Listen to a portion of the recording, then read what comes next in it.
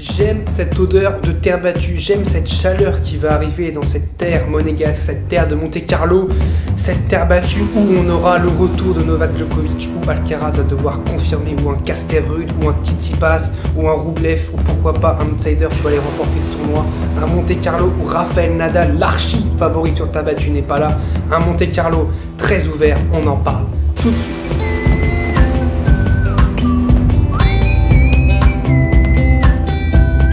Salut à tous, j'espère que vous allez bien, je suis très heureux de vous retrouver pour une nouvelle vidéo et aujourd'hui on va parler du premier Master 1000 sur terre battue à Monte-Carlo, une fois n'est pas coutume, comme la tradition le veut, on commence à Monte-Carlo. Je rappelle que le tenant du titre c'est Stefanos Tsitsipas qui a battu Andrei Rublev en finale, Rublev qui a d'ailleurs battu en quart de finale Rafael Nadal, voilà, faut le signaler.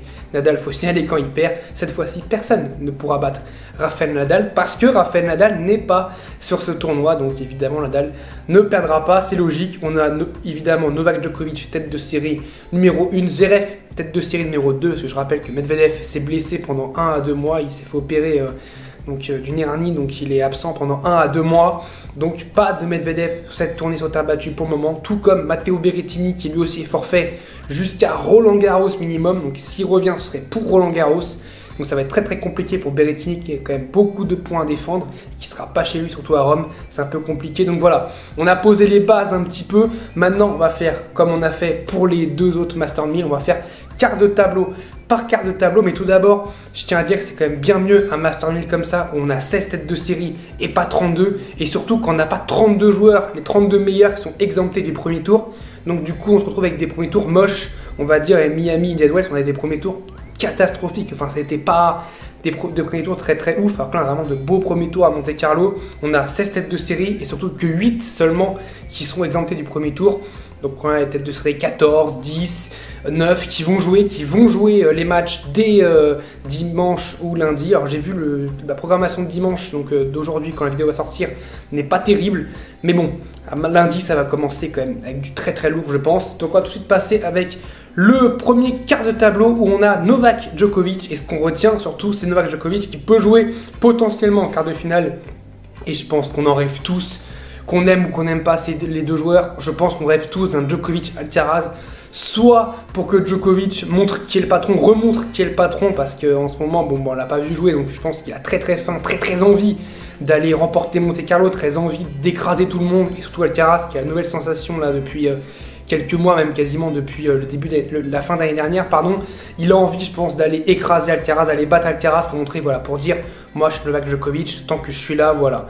Alcaraz ou pas, moi j'en ai rien à faire. Je pense qu'il a très envie de ça, Novak Djokovic. Mais tout d'abord, il devra se défaire de Davidovich Fokina ou de Giron.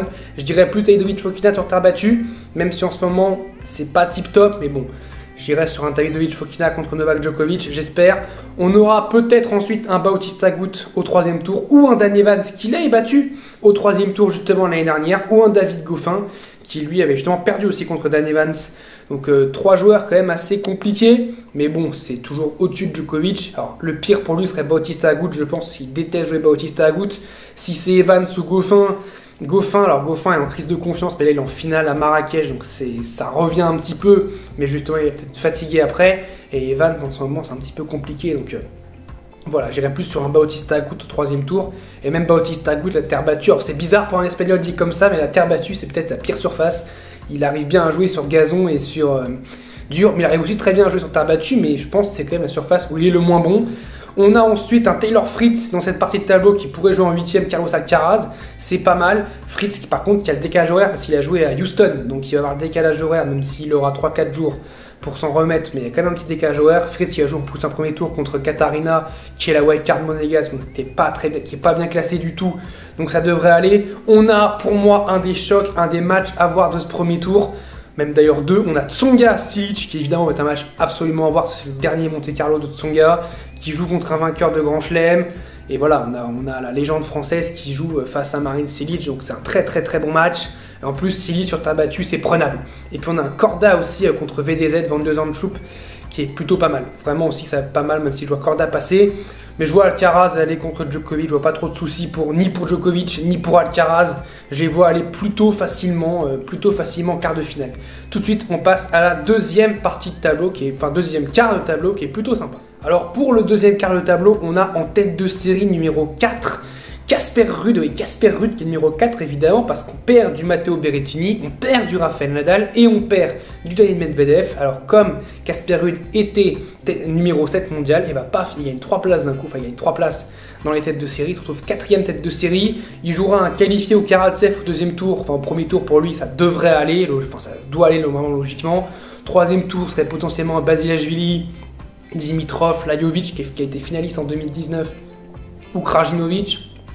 Ça devrait aller aussi, ça devrait aller plutôt facilement en quart de finale. Ruud sur terre battue, c'est maintenant une valeur très sûre. Donc je ne me fais pas de soucis pour Casper Ruud. Donc j'adore Casper Ruud, donc ça me ferait vraiment plaisir qu'il aille en quart de finale. Derrière, c'est un peu plus ouvert puisqu'on a du Hurkacz qui joue mon fils, mais Hurkacz, on l'a vu sur terre battue l'année dernière, c'était vraiment horrible. Alors est-ce qu'il a progressé un petit peu? J'ose espérer qu'il ait quand même progressé, mais par rapport à mon fils sur terre battue, on sait quand même qu'il joue très bien. Je pense que mon fils, par rapport à Hurkacz, c'est quand même la meilleure surface pour tomber sur Hurkacz. Alors oui, Hurkacz, il est 13e mondial maintenant, 14e peut-être, 13e ou 14e, mais voilà, tu tombes sur dur ou sur gazon, t'as mal un petit peu au premier tour. Là, sur terre battue, je pense que c'est plutôt un bon tirage pour Gaël Monfils, qui pourrait ensuite avoir Pedro Martinez ou Humbert. Alors, par contre, pour Humbert, Pedro Martinez, c'est pas facile du tout parce que sur terre battue, c'est un très bon joueur. Ce sont tous les Espagnols. Vous tombez sur un Espagnol au premier tour, vous vous dites ça, c'est pas terrible. Puis on a aussi un Ramos Vinolas Griekspoor, justement Ramos Vinolas aussi très dangereux, et Cameron Norrie qui, pour un Britannique, n'est pas si mauvais que ça sur terre battue. On sait que les Britanniques, pourtant, sur terre battue, bon, évidemment, il y a Andy Murray qui a été monstrueux et Henman qui a fait une demi-finale à Roland Garros. Mais bon, la terre battue, on sait que c'est quand même pas la surface de prédilection des Britanniques. Mais Norrie est plutôt bon sur terre battue, qui pourrait pour moi aller aussi se faufiler en quart de finale contre Casper Ruud.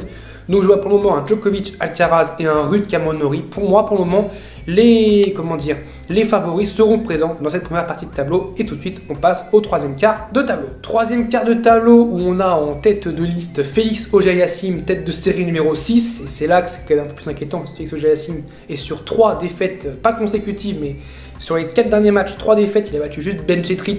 Et bon, c'est pas non plus une victoire incroyable. Donc un petit peu en crise de confiance, le Félix, depuis que j'ai fait ma vidéo en fait pour dire qu'il était incroyable, il fait plus grand chose, voire même plus rien. C'est dommage qu'il jouera au deuxième tour un match, enfin pour son premier tour un match popcorn, soit contre Lorenzo Musetti, soit contre Benoît Paire. J'espère plutôt un Musetti, j'aimerais bien revoir un Musetti très bon, étincelant sur terre battue. Je rappelle qu'il avait fait un match grandiose pendant 2-7 contre Novak Djokovic à Roland Garros. On ne peut pas lui enlever ça, mais faut qu'il reprenne son jeu, faut qu'il reprenne voilà, sa confiance, son style de jeu, faut qu'il muscle un petit peu son jeu parce que Musetti, c'est bien beau à voir jouer, mais il faut que ce soit efficace, plus que beau. Il faut demander d'ailleurs à Dimitrov, qui aussi lui a mis toute sa carrière pour payer ça. On a Fucsovics, Harris, bon ça va, Schwartzman qui est là aussi, Schwartzman sur terre battue, toujours à se méfier, et c'est pour ça que moi je vois bien un Schwartzman Musetti en 8ème de finale, et je vois bien un Schwartzman passer en quart de finale, parce que Félix Auger-Aliassime, j'ai vraiment du mal, vraiment du mal, hein. C'est compliqué. Derrière, on a Tsitsipas qui est le tenant du titre, qui pourrait jouer contre Fabio Fognini au deuxième tour. Donc les deux derniers tenants du titre qui se joueraient, ce serait vraiment beau et très sympa. Derrière un Sonego en 8ème, je vois Tsitsipas aller en quart de finale plutôt facilement. Je vois même d'ailleurs un Tsitsipas reprendre confiance sur sa surface de prédilection, sur la terre battue. Il adore la terre battue, il n'arrête pas de le dire, il va falloir qu'il le prouve.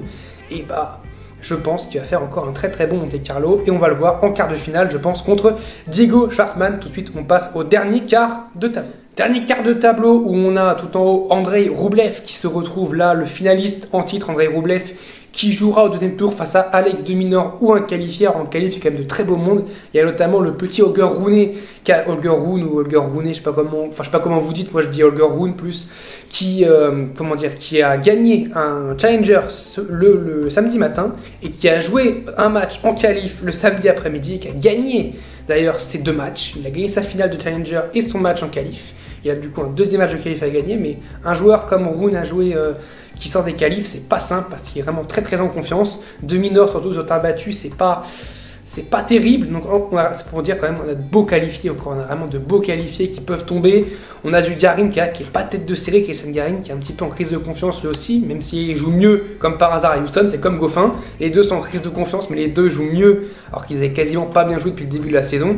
On a du Coric qui revient, rappelez-vous Borna Coric qui s'était pété le dos, qu'on n'avait pas revu depuis très longtemps, qui bénéficie d'un classement protégé, donc qui peut participer au tournoi malgré son classement sans prendre de wildcard, qui jouera Yannick Sinner. Yannick Sinner qui a besoin aussi un petit peu de devenir de plus en plus, plus en plus solide, parce qu'il y a Alcaraz qui est passé devant, et je pense que pour des gars comme ça, pour Yannick Sinner, ça va pas trop lui plaire qu'Alcaraz soit devant. Il va vouloir, je pense, finir devant Carlos Alcaraz. Donc je vois bien Sinner contre Roublev en huitième de finale, et je vois même un très très beau huitième de finale.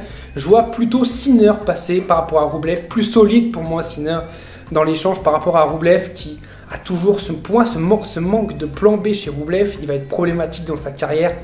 Et ouais, c'est problématique, et je pense que ça va continuer à l'être pendant toute sa carrière, malheureusement pour lui, parce qu'il a un super style de jeu, mais quand ça rentre, c'est magnifique. Mais dès que ça rentre plus, ça se casse un peu, et puis on perd un petit peu Roublev. De l'autre côté, on a Carreño Busta qui pourrait jouer en huitième de finale, Alexander Zverev. On a Stan Wawrinka aussi à suivre contre Alexander Bublik. Alors Bublik, c'est soit un bon tirage, soit un mauvais tirage. En fait, ça dépend de la forme de Bublik sur le match. S'il est bon, c'est un mauvais tirage, et s'il fait n'importe quoi, c'est un bon tirage. Donc je peux pas vous dire si c'est un bon tirage ou pas pour Stan Wawrinka. Mais alors Zverev, pour moi, qui va devoir un petit peu step up, parce que depuis le début de la saison, c'est pas terrible. Je le vois aller en quart de finale contre Yannick Sinner, mine de rien, Zverev.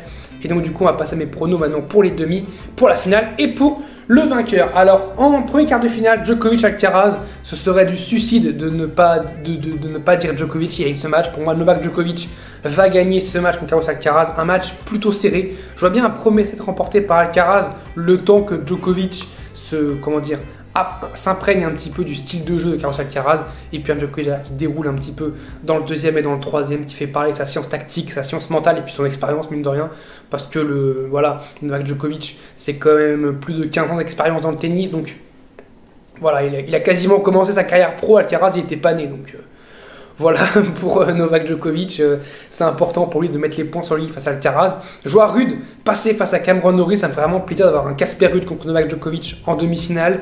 De l'autre côté, je vois bien Tsitsipas contre Alexander Zverev. Un Tsitsipas Zverev, ça me ferait plaisir, je pense, en demi-finale. Alors Tsitsipas, c'est pas un joueur que j'aime voir jouer, mais sur terre battue, j'aime bien voir jouer Tsitsipas. C'est assez bizarre, mais sur les surfaces dures et gazon, j'ai un peu de mal à voir jouer Tsitsipas, mais sur terre battue, je sais pas, il y a un truc peut-être qui change, mais c'est plus agréable à le voir jouer sur terre battue, je trouve, Stefanos Tsitsipas. Et j'aimerais le voir jouer contre Alexander Zverev. Et en finale, je vois Novak Djokovic contre Stefanos Tsitsipas. Et je vois Djokovic aller chercher un titre à Monte Carlo. Et voilà, revenir sur le devant de la scène. Voilà pour moi mes pronos. Je vois Novak Djokovic qui va s'imposer pour moi à Monte Carlo, qui va remettre les points sur lui. Surtout, je pense qu'il est très excité à l'idée de jouer Alcaraz en quart de finale. Je pense que ça l'a motivé. Alors oui, peut-être que c'était le pire, on va dire, dans les têtes de série à tomber, parce qu'il aurait pu tomber sur Norrie à la place, sur Félix Auger-Aliassime ou sur Roublev. Et parmi ces 4 joueurs, donc avec Alcaraz, il tombe sur Alcaraz, donc il tombe vraiment sur le pire joueur possible. Il aurait préféré, je pense, tomber sur un Cameron Norrie, un Félix Auger-Aliassime qui sont pas hyper ouf pour lui. Il tombe sur Alcaraz, mais je pense que justement ça lui donne encore un surplus de motivation. Et puis on sait très bien, on connaît Novak Djokovic, quand il est motivé, quand il a un défi à atteindre, et souvent il réalise ce défi, et puis justement ça lui donne encore plus faim pour la suite. Donc c'est à suivre, on verra bien. Je vous dis salut à tous, on se retrouve très vite, profitez bien de ce Monte Carlo, il va faire beau, il va faire chaud, on va avoir de très beaux matchs sur terre battue, le retour de la terre, c'est un peu là qu'on va l'avoir. Je vous dis salut à tous, portez-vous bien.